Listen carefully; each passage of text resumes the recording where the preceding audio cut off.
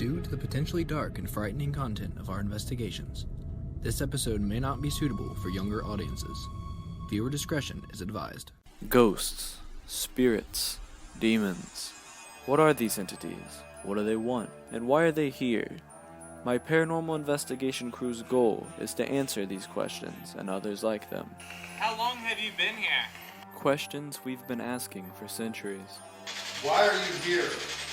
We've assembled a crew of the most dedicated enthusiasts in the area to capture evidence of these entities. What we find might be disturbing, dangerous even, but we are prepared for the journey ahead of us. The question is, are you prepared to take this journey with us? It's midnight. Follow me into the darkness, guided only by Midnight's Light. This is Midnight's Light Paranormal. We are literally out in the middle of nowhere, deep in the woods, preparing for what could end up being our most dangerous investigation to date. It is like nothing we have ever attempted before. Not only is this our first completely outdoor and remote investigation, but the location is also deeply personal for one of our team members. During the late 1700s and early 1800s, tensions were high between the Native Americans and the white settlers in Ohio. After a series of Indian wars and treaties, being driven off of their land left a bitter taste in the mouths of the native peoples. This was very much the case for Tecumseh, a well-known Shawnee leader in the area. After many clashes with the white settlers, his death in 1813 marked an end to much of the organized resistance by the Native Americans in the region. But prior to that, the tensions between the two groups were felt in even the smallest of communities. In northeastern Preble County, James Abbott's cabin was broken into by a native man. Upon his discovery of the intruder, a fight ensued between the two of them, resulting in Abbott clubbing the native man to death. But that was not the end of this story. After word got out of this event, Abbott's cabin was ambushed by other natives, who then captured Rebecca Sharp. She was eventually released unharmed, but not until after she was held captive for over a year. After the initial incident, James Abbott and his neighbor William Myers reportedly buried the body nearby. Local legend suggests that they may have taken the body up the creek and disposed of it near this large boulder on the property of what was then known as the Anderson Tilman farm. John Tilman and his wife Nancy moved to their farm around 1808, but lived there on and off for the first several years due to Native American activity in the area. Once they returned for good, they built a sawmill, a brick house, and several barns. Their farm was located between the crossroads that was once known as Georgetown and the modern-day village of Verona. Near their house was a cemetery, as well as a log community church ran by what was known as the New Lights. Over the next century, many of their 17 children and their families, as well as several others, were buried in this cemetery. As the burials stopped, the cemetery began to fall into disrepair. After vandals scattered many headstones throughout the wooded area, a local reverend, Albert Beekler, salvaged what he could and devoted his time to maintaining the old cemetery. After his death, the cemetery became abandoned and remains so to this day. This property has ties to what could be considered the very origin of our team. Back in the early 1970s, our psychic medium Steve had a life-changing experience in the cemetery, which had him eager to return.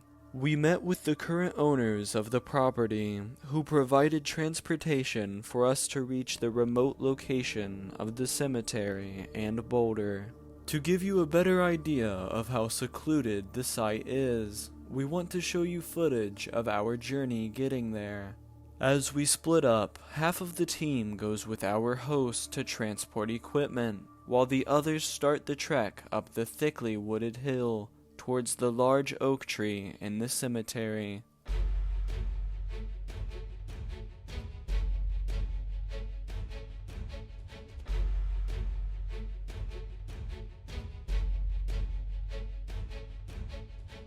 It's gonna be fun. I see the oak.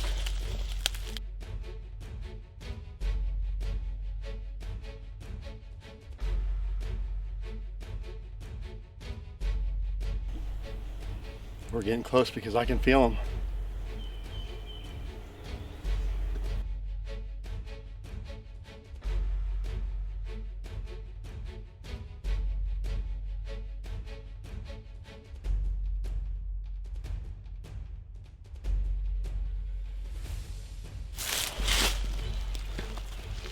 See that grave marker right there? Can you see it? Yeah.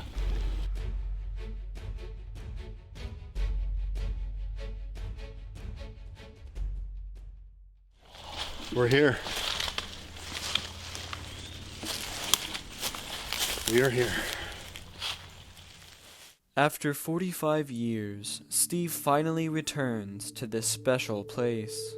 The reason why I wanted to come out here, okay, is because when I was a little boy, my grandparents lived about 2 miles from here. And I was probably about 5 years old, I think. My grandpa brought me out here to this cemetery and down there to that rock. And he told me the story about the Native American and how he was killed. And he said he was buried under that rock. I mean, we can't establish that. Not sure. But what's really special about it is the fact that when I came out here, okay, I could say it was probably the very first time I ever felt spirits. At the time, I didn't understand it, of course, because I was just a little boy. But when I came into this woods and walked into this cemetery and walked down to that rock, I felt people where there were no living people. And I could feel them, like they wanted my attention. They were trying to reach out to me. So I've always wanted to come back and give those spirits a chance to talk to me and to tell me what they wanted to tell me and to communicate. A story that's kind of fascinating that my grandmother told me about this cemetery is, like I said, she lived about 2 miles away. One day she looked out the window and she saw some boys, some of my uncle's friends, dragging an old rotted coffin out of the woods, and it actually had bones in it. It had a corpse in it, okay? And I guess they brought it up to show my uncles. So my grandma immediately knew that they must have dug it up here in the cemetery. So she yelled out the back door and told them to take that. She said, "I know where you got it. I know where that came from, and you take it back and rebury it and get out of here." And I remember asking my grandma, I said, do you think they did? And she said, probably not. They probably drug it out in the weeds into the woods and left it lay. As Steve was conducting his psychic reading of the area, we took our metal detector up to the field where it is believed the old log church once stood. After some false indications, we decided to regroup to hear what Steve had picked up on. The first thing I want to talk about here is something that actually Richard brought up, which, I mean, I don't know much about plants or whatever, but I find it very unusual that this cemetery area is overran by this particular type of foliage, and there's like hardly any undergrowth up here. It's like this area is sacred or protected. Like it's not completely overran. Like you just go right down the hill and there's, all kinds of underbrush and stuff, Looking at that large oak over there, there is an active spirit, but I don't believe that this guy's actually buried here.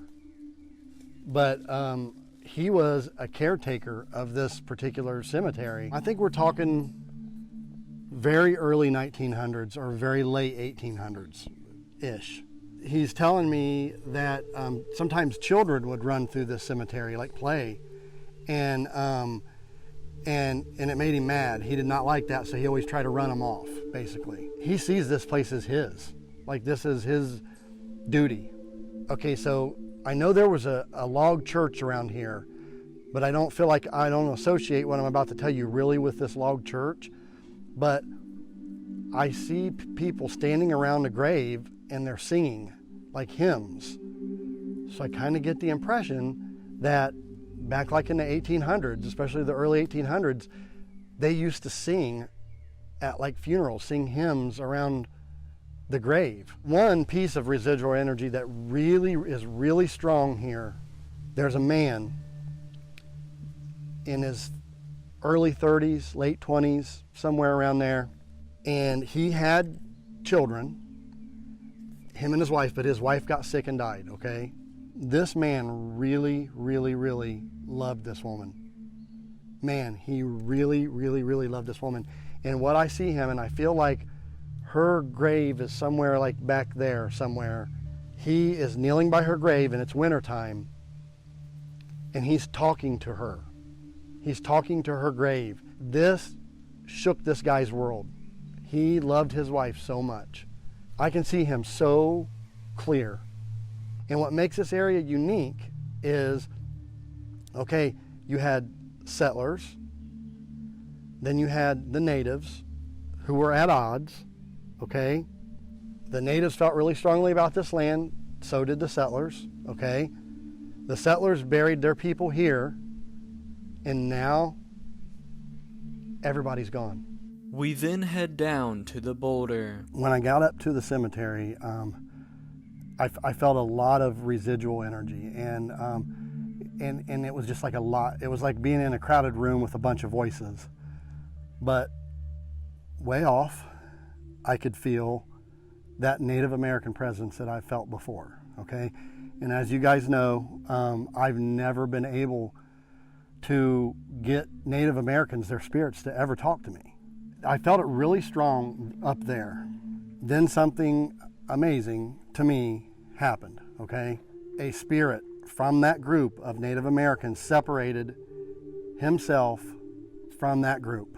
He was not dressed as I thought a Native American would be dressed. He actually had white man's clothes on with like Native accents, with like the leggings and the wampum and everything. He had like a shirt on, like a grayish brown shirt, and then he had, it was a little longer, and then he had this blue sash on, and it had some of that wampum on it. And he was telling me that those clothes came from raiding cabins of white people. How he spoke to me was with words from his language, with like pictures and visions and feelings, and also some English words.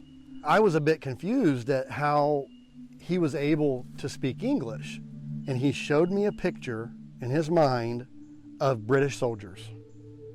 And then he showed how the natives would catch animals, like beavers, I guess, and mink or whatever, I'm thinking beavers, with snares. And then they would sell the furs to the British. So I think that's how he learned how to speak English. So then he told me what his name was. And so there's no way I'm going to be able to pronounce it, but I wrote it down the best that I can. It's like Tejeshoan. He told me, and he showed me with pictures and everything, that his name meant fish that swims against the current. And he was doing this with sign language, and then showing me pictures of fish and swimming against the current. Then he did something, and I'm going to have to free my hands up. He was trying to explain to me, which I thought that it meant he was trying to tell me what my true name was, or my nature name, or whatever. And he did this, and he put it over his head like that, and then he showed me a picture of an owl. And then he's like, with eyes on front and eyes on back, far seeing at night. And I instantly understood that meant that he knew that I could speak with the dead. And he knew that he was dead. He knew that he had passed on, okay? He told me that he knew he had died, and that he had died of a sickness. He had gotten like a fever, and he got very ill, and that's how he died. And he could remember this place. Like, that's some of his last memories, okay? So he says now he comes here to hunt.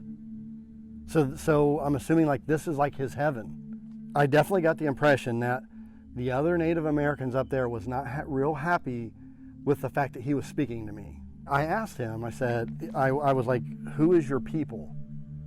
Because I didn't know if they would understand the word tribe, if he would understand it. So I was like, who is your people? And he immediately understood what I meant. And he said his people were the Nishanik or Nishana or whatever. And I wrote it down the best I could. So then he understood my confusion and he said fire people. We later found out that the Potawatomi called themselves Nishnabek, which is eerily similar to what Steve had heard. This means keepers of the sacred fire.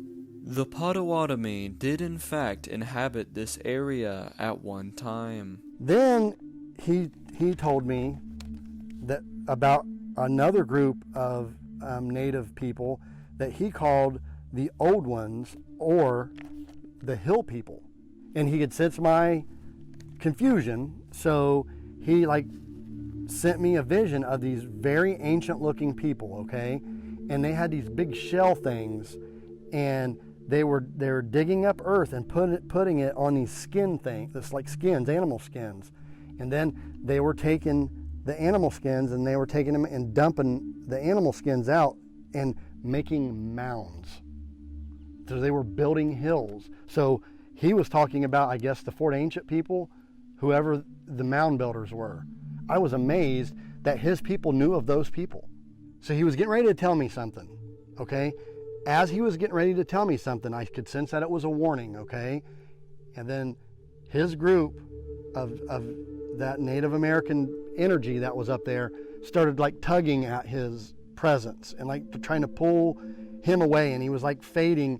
And the last thing he said was I needed to guard myself from, and he said the name, and it was like a 4-syllable word, and I cannot remember even how to begin to tell you what the word was. But so then I was confused, and then I got the English 2 words, skin eater, and then he was gone. And what I saw was something that howls and screams at night. And I was questioning, well, is it like a wolf? Is it an animal? And then I got the impression, no, it's like a man. I see like gray leathery skin, like a bigger head and longer arms, to where this thing could walk upright or on all fours. I sketched a depiction of the creature that Steve described. Could the Native Americans be warning us of the cryptid known as the Wendigo? Some depictions of this part man, part beast are very similar in description and have the known characteristic of craving human flesh. It's also important to note that the Wendigo is a legend in several native tribes, including the Potawatomi.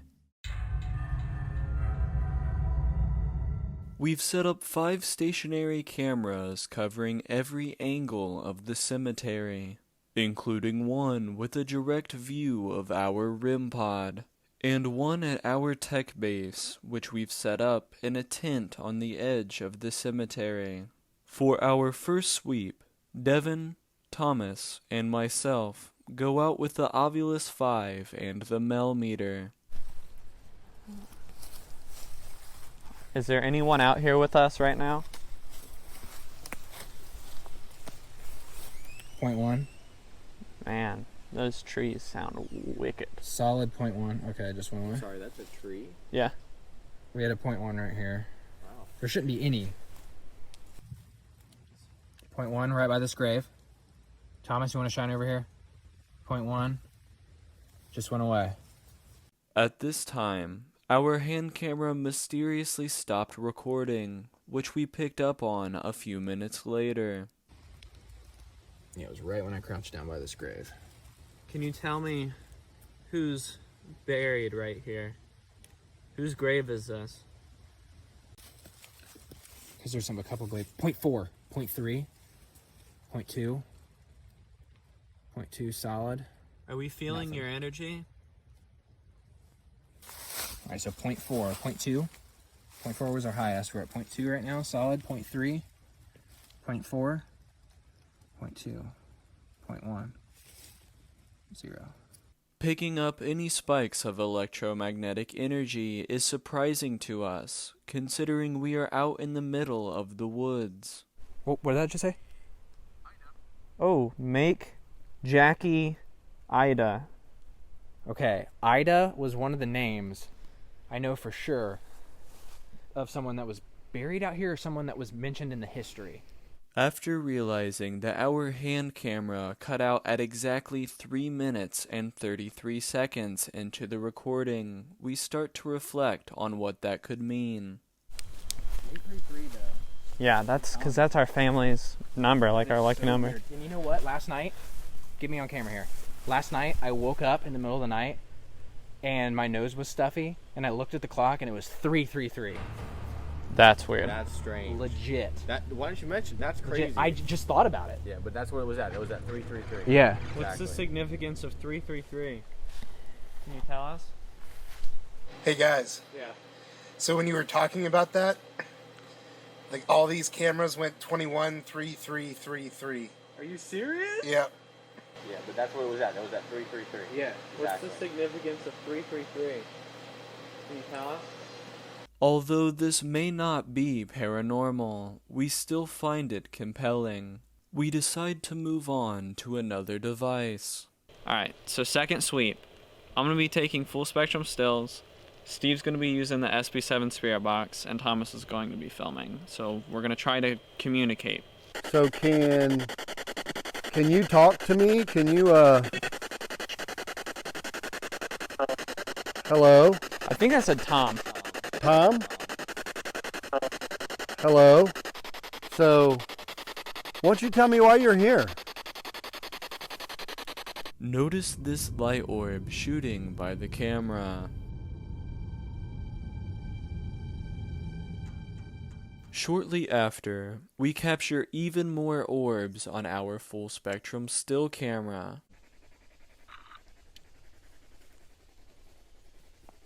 Ooh, I got all kinds of orbs in that picture. Did you? Yeah.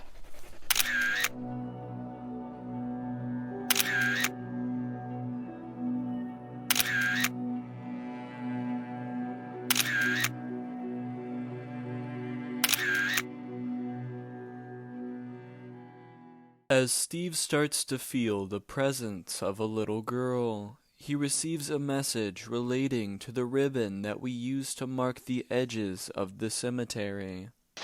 You told me in my mind something that you like. It's something that's red. What did you say that you like, honey? Will you tell it? Will you say it on here?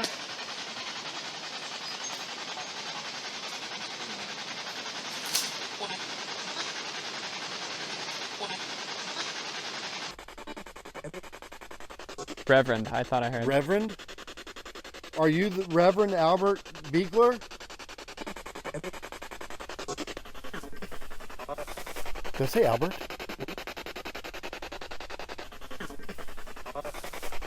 We'll go back and listen to this later, and I'll be able to know what you say. But so thanks for talking to me. Yeah. Okay, can I speak with that little girl again? I know now how she passed away. She ate something by accident that was poisonous. Okay, you want me to keep going? No? What? No?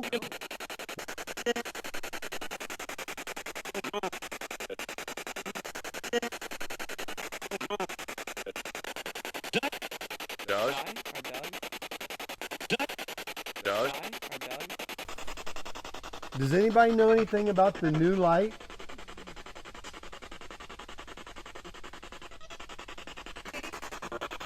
Me? Were you a part of the new light?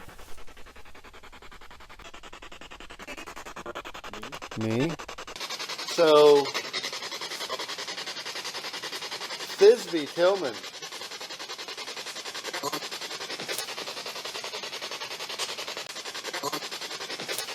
What is that? You guys not see that light right there? No.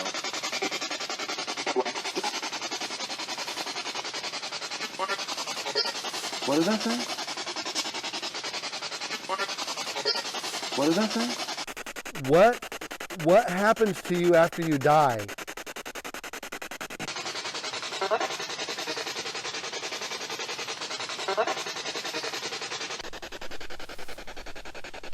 Rocking. What are you doing that for?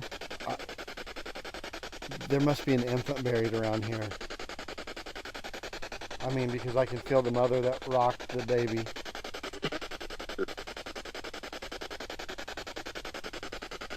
The baby died though, didn't it? What did you name the baby?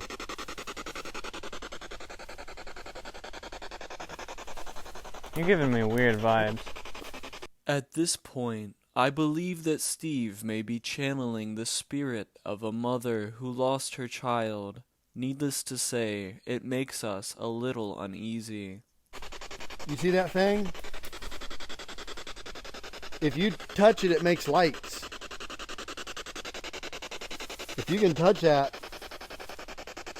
you don't have to do it now, but just you could try to touch that.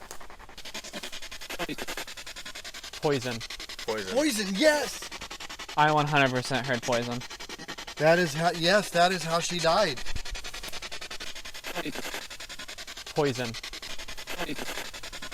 When I was here, I heard singing. Can you sing for me?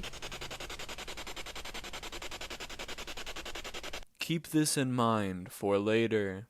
Our next idea is for Thomas to take out the FLIR thermal camera while I try to conduct an EVP session. Is it just me, or why are these gravestones warm? Did you say the gravestones are hotter? They look warm. I feel like it's like a force field. Or like I shouldn't walk any further this way. What is the light that we have seen through the trees? I'm hearing weird noises, guys. Is there something or someone out here with us? Hey guys, be quiet for a second.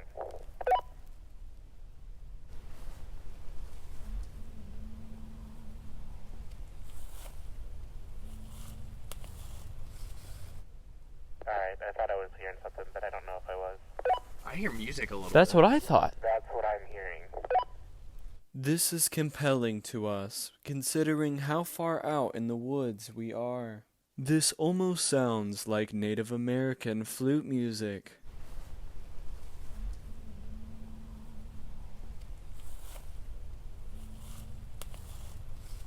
Are you guys singing for us? Like you were asked to earlier? We decide to move on to our next device. Alright, so Thomas and Steve are going to go out with the Direct-Linc to see if they can establish any further communication. They actually said Tom earlier, so I think that they might want to reach out to Thomas. So we'll see what happens. You said my name earlier right here. Do we have the same name? Well, I'm going to give it to Steve here, and if you guys feel like speaking to him, then I'll come back and I'll speak with you guys. Can you try it now? Yeah, go ahead. Okay. Probably going to light up. God, I went crazy when I touched it. Yeah, I kind of saw that coming. Who's buried here? Is there a husband buried here? A wife?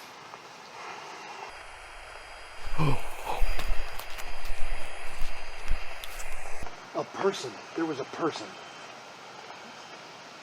Who's there? see like the Kind of light open. yes, somebody went like from tree to tree. What in the world is that? What is going on? Guess I was breathing into it for a second. What is that? I'm getting the chills. I'm getting the chill. They then decide to hand the Direct-Linc to Devin. It's so different when other people touch that. It just changed. Here, let me try it again, Devin. And here it is. And whenever I touch it.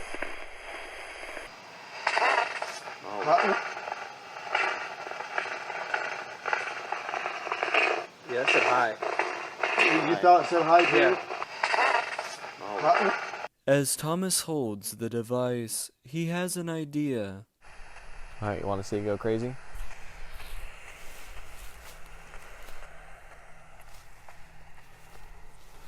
I feel like you for some reason. There you go. I don't know why they're shy to talk to me. Or even attempt. It's whenever I touch this thing. And that's really strange. Okay, so one thing that we can definitely establish with this device is it can sense the fact that I'm a psychic medium, and it is like somehow picking up my energy, and so definitely, this is working. Yeah, the device definitely works. Yeah. We reached out to the creator of this device for a second opinion. I'm J.W. Prather with IDC Devices. I am the creator and builder of the IDC Direct-Linc, which uses your energy to communicate. When you lay your finger on the back or on the side, depending on the model, your energy, the spirits can use it. What we discovered was certain people's energy, especially people with abilities like Steve, who has psychic or sensitive abilities, their energy, what we're hearing, I believe, is the energy transfer that is happening when they lay their finger on it. As the clip progresses, you notice that even when Devin is holding it and Steve gets near it, it goes off and starts making these noises. I believe the noises you hear are the energy transfer. Now, this could occur with a lot of different devices.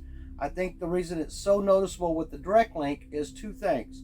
It became really noticeable after I added the echo and reverb to the device, but also because it's a handheld personal device that's meant to transfer your energy into it. So for some people, it is just too strong of an energy and it overwhelms the device. You'll notice he hands it back to other people and the occurrence stops. For now, all I have is the theory that you are physically hearing that energy transfer that is happening with the IDC Direct-Linc.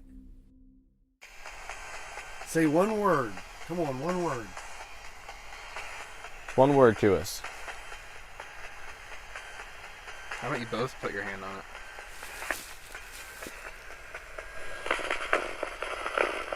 It's whenever I touch it, man. We then move on from the Direct-Linc device. It quickened up when you thought you saw something. It did. When you had it, I think it quickened up. And I actually might... This is going to sound crazy, but it reminded me of a heartbeat. Me and Steve are going to go down to the rock with the SB7 to try to establish communication, if we can, with the Native American spirits. You call him.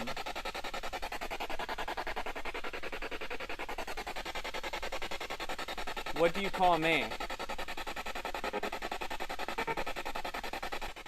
I think I know what your name is. Bird that swims in deep water. You know what's weird? What? I got the impression of bird that flies between the waters, between the two waters. So the fact that you said bird and water. Yeah, it has something to do with bird and water. Throughout this session, we believe that we receive responses that may be in another language. We will do our best to display what we hear. What was that?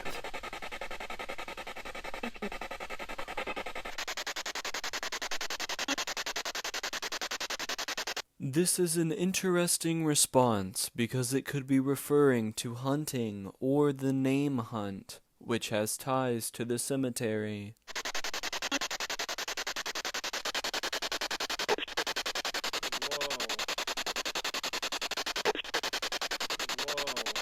While we were down at the boulder with the spirit box, we begin to pick up some very important responses. Our main video recording mysteriously malfunctioned and did not save properly. Luckily, our external audio picked up every response that we captured. We could not let these responses go unheard, although it seems like something may have been attempting to do just that.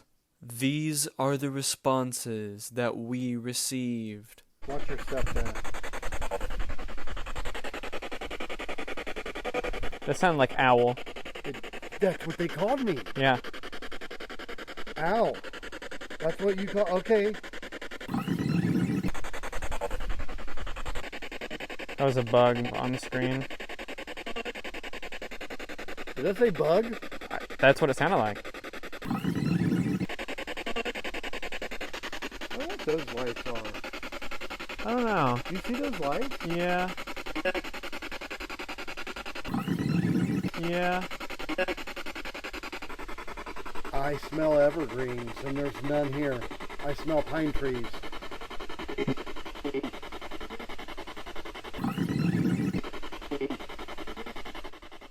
We're getting a lot of words down here.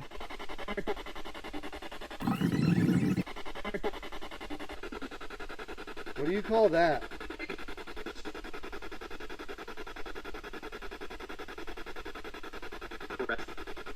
Whoa. Whoa.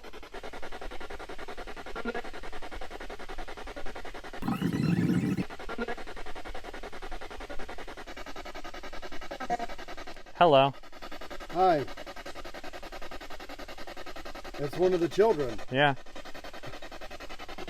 They can speak English. And then they would sell the furs to the British. So I think that's how they learned how to speak English. Hello. Hi. Man, I feel like they want me to do something, but this sounds so weird. What? Like they want me to yell. Really? Yes. Do you want me to yell? I'll yell if you want me to.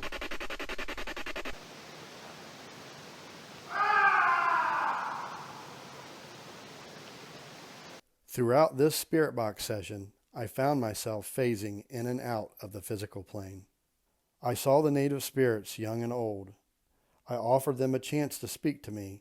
Some spoke in their native tongue and others in English. Next up is our 3D camera, as well as the Ovilus 5. 11 secret. We just got 11 secret. Once again, we capture what appears to be another light orb. It even seems to come from the other side of Devon. Oh, what's that right there? Got something? Are you over there by that grave? Looks like somebody's sitting there. Standing there. Are there any Native Americans up here at all? They won't come in the cemetery. They won't? Nope. Okay. They feel like it's sacred. Okay, well. Ooh. Whoa. I think that's the ground. Yeah, it's mapping partially. It like picked up a whole different spectrum of the ground. You know what I mean? Mm-hmm. Like it focused on the ground. Oh my gosh, it's like somebody buried there. Oh. Look. Like buried alive or something. You might be right. Steve then remembers something from our history briefing after his reading. You know, that's really weird, because when I read that thing today, it made me think that it did say that they had to bury him right away. Quickly. Devin. Yeah. Arrived. Do run. Really? Arrived. Do run. Could this figure be the residual energy of someone who was buried alive? And what has arrived that should make us run? As we take our 3D camera down to the boulder, we don't capture anything there, but back in the cemetery, something amazing happens.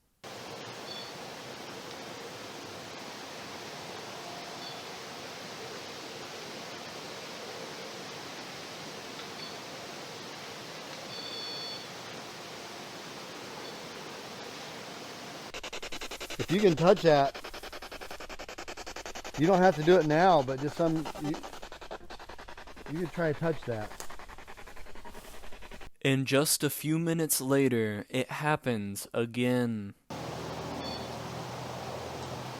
As we wrapped up our investigation, we couldn't help but notice that we were dazed, forgetting things, miscommunicating, and feeling spaced out.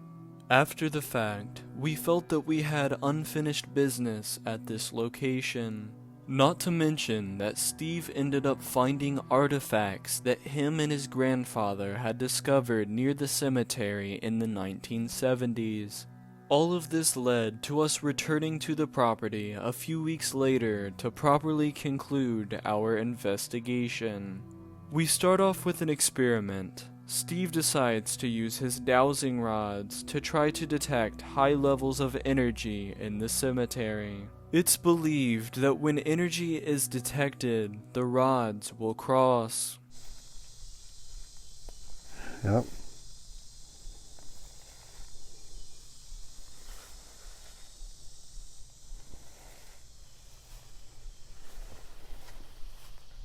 Okay. A little, yeah. So why is there a lot of energy right here? This is where we saw that buried alive stick figure. That grave's knocked over. So come over here. Look at this. Oh my god. Look at this. I've never had it do this before. All the way across like that? Yeah, I've never done that before, ever. Right by this knocked over grave right here. This is the exact location where our 3D camera captured the figure that we believe to be buried alive. Oh. It's that one spot. Look at that. Look. Oh, okay. Where do you want me to go? It wants me to go back.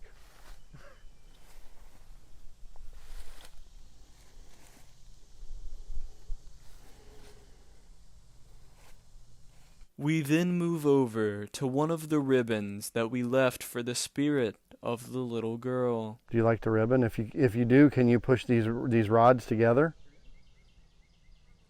Oh, you want me to hold them? Okay, I did that. Hold on. You want me to hold them down?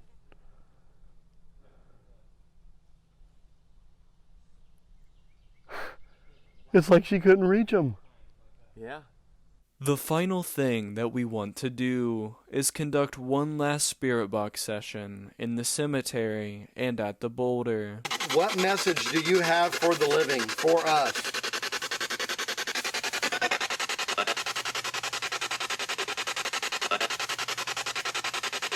I'm having a hard time understanding you. I'm sorry.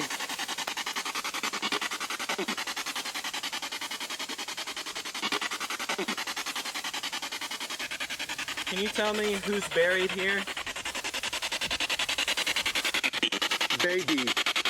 It's an infant. Oh my gosh. Baby. What year is it? This almost sounds like two people debating whether it's a year ending in 9 or 11. The question is, 1800 or 1900? Were you a man? A woman? Were you a child? James Carr was that guy's name. Yep. Yep. Name. Yep. Yep. We then head down to the boulder. Okay. If any spirits want to speak with me, Native American or otherwise, what would you like to say?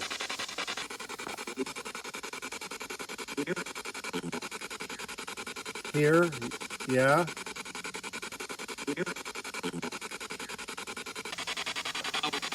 Ow. Yeah, so you know me. You know it's me. Ow. You wanted to warn me about something. What did you want to warn me about?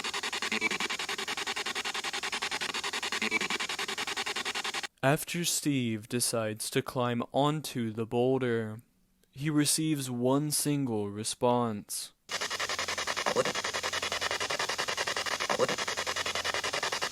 Well, we're about to leave. Wait. Give the spirit box to Devin.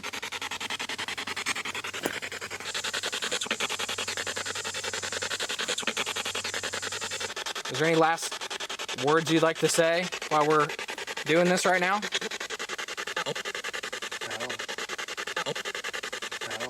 After receiving this word 3 times throughout our investigation, this just furthered our belief that we were speaking to Native American spirits for the first time ever. This felt like a good place to end our investigation. Our entire experience at the Tilman-Hunt Cemetery was personal for our team. You know it's me. We learned more about my father's journey as a psychic medium. It's one of my very first memories of being able to feel spirits reaching out to me. And gave the spirits a chance to communicate with him as they tried to do many years ago. Thisbe Tillman. Despite the mysterious technological malfunctions we experienced, we were still able to understand their message. I smell pine trees. We were relieved that we did not encounter what the Native American spirit called a skin eater. I'm hearing weird noises, guys. Did the entity simply choose not to attack us? Or was this actually a warning of a battle yet to come?